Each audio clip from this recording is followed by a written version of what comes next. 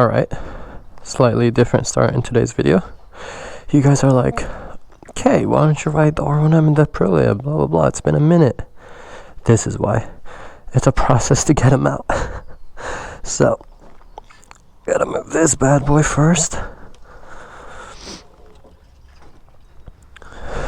And hopefully I just need to move the rush and then I can sneak it through here. I'm gonna need to move this one really far so I can get it out of the garage though.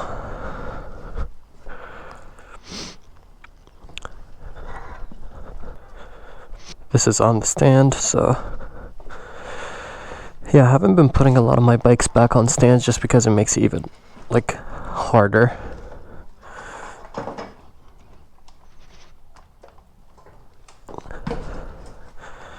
Oh boy, I need to clean those wheels. Look at this filth. What even is this? That's disgusting, not gonna lie.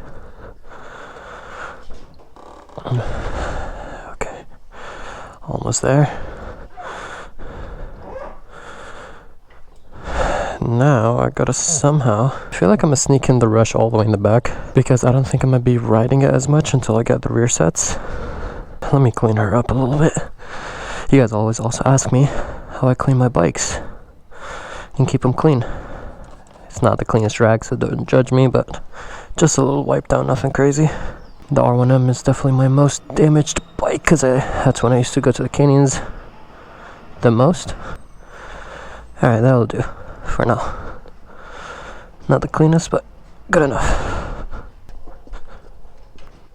Honestly, the rush feels like a little heavier than the R1 is definitely heavier than the Ducati. I mean the BMW. Whew. The good thing about the Rush though, it's pretty small. It's a short bike, so it doesn't take as much room. Alright Rush, I'm sorry, but you're gonna be here for a minute until we get you rear set so we can be GP shift. Jeez. I'm already out of breath. And now the BMW back. And I'm definitely out of breath. Alright. Oh, I need to check my tire pressure. We'll do that in a sec. Let me give you guys a cold start. Actually, it's gonna be really loud, so probably should do that first. This bike has been sitting for a minute. Yep. It really sucks that they don't have the 90-degree angle stem on these bikes. Please don't be too low. That's actually not too bad. 29, we'll just pump it up to 32. And then we do the front, which is the hardest part because I have the big rotor in the front, so it's gonna be really annoying to get in there, and I really need to clean those wheels. Oh my god. And my chain, this bike needs like full-on service. I'm getting old, boys. My neck already hurts from wearing this helmet. All the weight pulling my neck. This is gonna be annoying. Surprisingly, the tire pressure wasn't bad at all. It was 29, like barely dropped. Front tire is so much smaller, so it goes up faster. Well, that's good to know. I made sure to kind of double check this and do this because last time when I rode the Fireblade, the front tire pressure felt pretty low. And the bike felt weird, so figured I'll double check and just be on the safe side. And now we'll do the goal. And now we'll do the goal start for you guys. I'm struggling. If it starts.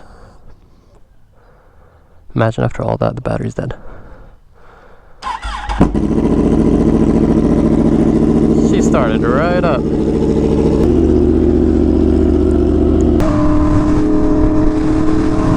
And my fuel trip just turned on. I didn't film on the way here because honestly, it's been a while since I rode in a nice day on one of my bikes.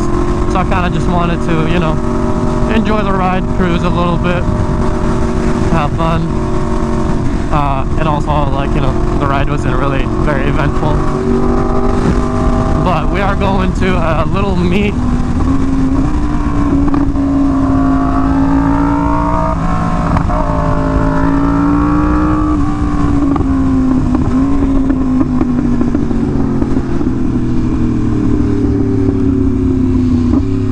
I love the pops and crackles on this bike. The C exhaust is so nice on it.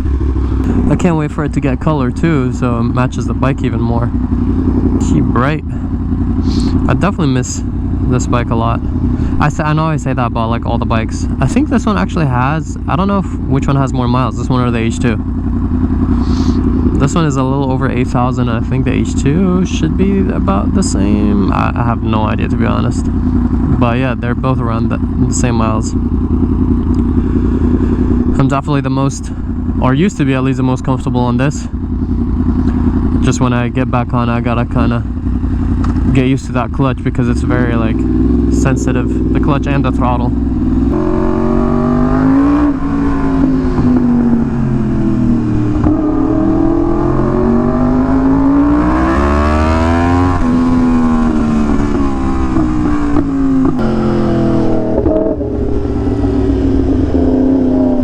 Yeah, the SC is definitely louder than the Toast.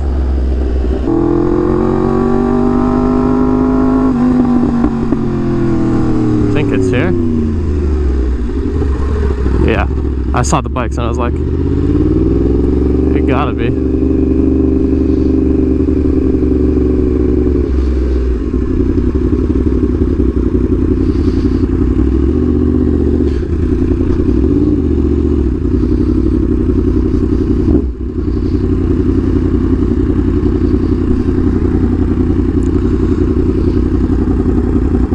Oh, there's an M1000 over here.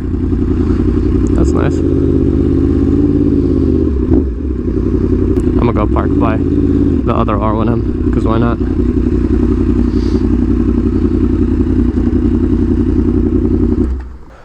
So I have 1, 2, 3 R1Ms. How you guys doing? Long time no see, man. How you doing? How you doing, man? It was nice how I had to ride. Yeah, I saw all the R1s. I was like, I might have to get one soon. And R1M. Said it was. Yeah, what you said was, I'm about to get one. I did not say that. I mean, yeah. If you want to race, don't get an R1. Oh man. I did. Long time. It's too nice out, man. Oh man, what'd you bring? Did you bring the R1? Yeah, right here. Nice. Where's your I'm bike? actually just leaving. I don't see the orange. Where's the orange? Oh, I'm over here. Oh, over there. Yeah, so I just had a major service done to it, and I'm working with Jordan on getting a full ECU tune. He's actually like getting the software and everything going. So once I do that, if you want to do a review, I was like, okay, it'll be ready. Yeah, I'm down. I mean, you're always doing more stuff to it. Every time you're like, I did this. You want to review it now? So whenever. I want to be like, you know, I Whenever. want to see what a tuned one feels like. I mean, I should probably ride both the RCA and the, what is the other one? The Super Duke? Yeah. Before I decide, because I need to get me a KTM at some point. Okay. So I'm in between the two. Well, I'll tell you that the Super Duke, what's his name? Evans? Mm-hmm. Have you ridden Evans? He's got No. a new one, and it's tuned. I think it's brutal. Yeah. Brutal. So that's, everyone tells me like it's a crazy bike and people really want me to get one. So I'm more leaning towards the Super Duke, not gonna lie. I mean, it's a 1300cc engine pretty much, so it's like, you know, and then I'll have 2 nakeds, you know, balance it out a little bit. So I don't know, we'll see. Depends on what you want. With the RCA, it's fast, like it's Yeah. different. Like that engine, that bike's like more top end. Because I've raced Super Dukes with it, and it does great. It's the old version. It doesn't have all the old Yeah, stuff. that's the only problem with it. But that's kind of like, it's a track bike, and it's the last of the great analog bikes, so it's got a novelty to it. It's a specialty bike. So I mean, the cool thing about the RC8 is it's really one of a kind. You would, if you want to get content, I think you'll probably get more content out of that bike than a Super Duke because they're more common. But if you're like, no, I want more of the power or the performance or like the tech, I think you're definitely gonna want the Super Duke. You didn't help me then, man. Now I'm more confused. It just depends on what Yeah, what I'm looking for. Like that's your work, that's your lifestyle. Yeah, I mean, I don't get bikes just for work, you know, that obviously matters if it's a close call, but like it's whatever I like best. Yeah. So if I like, I don't know, like I guess I'll try both out, and I would need to try both are like tuned, same thing, and then we'll see, but I don't know. That bike is a track beast.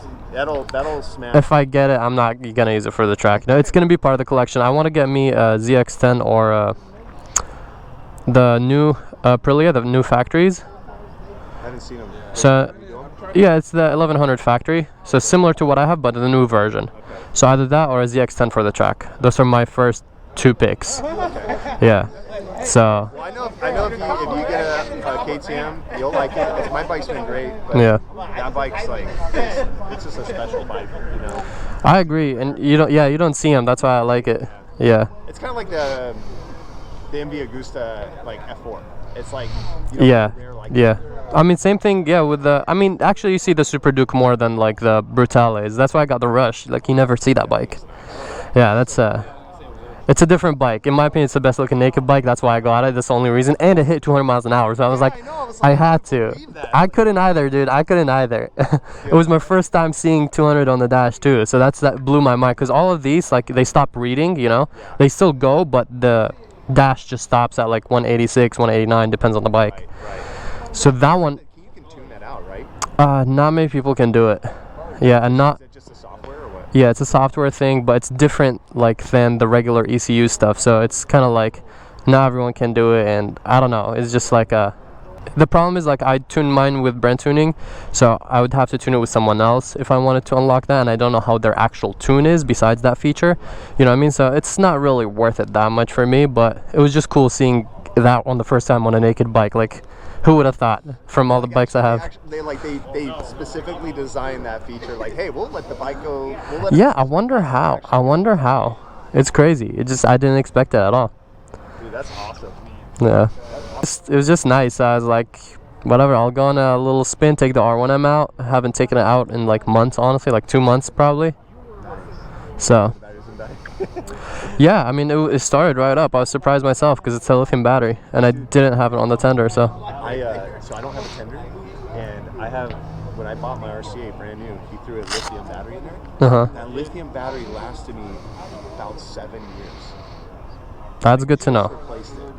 Yeah, you actually reminded me, I ordered one for my M1000, but I forgot to put it on. It's at the shop, just chilling there. Because so the M1000s are supposed to come with a lithium battery, but apparently when they were delivering them, they were on like, not back order, but like they had a shortage of lithium batteries, so like they put regular batteries in them. And I don't know, I think I've seen mine like back when I put it back together, and it looked bulky, and usually those are small, so that's why I just ordered one, you know, because even aftermarket ones are usually better. So Like, hey, BMW, owe me this. yeah, I think you can actually, but like they actually cut it out of the total price. Yeah, because it's like a $350, $400 battery from BMW. Yeah, it's really expensive from BMW. So they cut it out of the price if it's not included. But I never knew, so I was like, I don't even know. I just bought the anti-gravity one. I like those. So let's walk around. I want to check out some of the bikes. Hey guys, have a good one. Ride safe. See ya. Yeah, I wonder whose M1000 that is. I haven't seen any other M1000 local besides mine. How you doing, man? Oh, the gold touches are nice. They're all matching with the levers and everything. Where's there is his KTM. I was like, where is that? I didn't see it. Tawana. Yeah, what do you guys think? Let me know in the comments. Would you guys rather KTM RC8 or Super Duke? Let me know.